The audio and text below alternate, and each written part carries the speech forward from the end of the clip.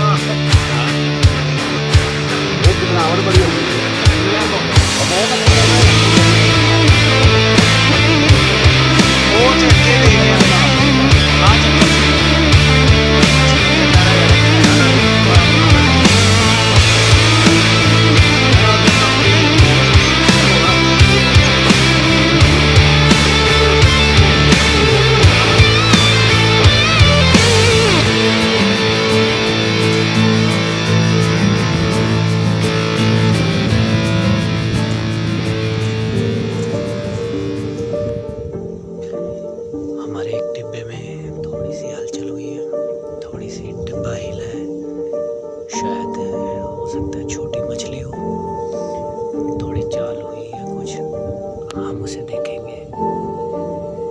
हमारे शिकारी बैठे हुए हैं, देखते हैं अभी क्या होता है। Wait and watch.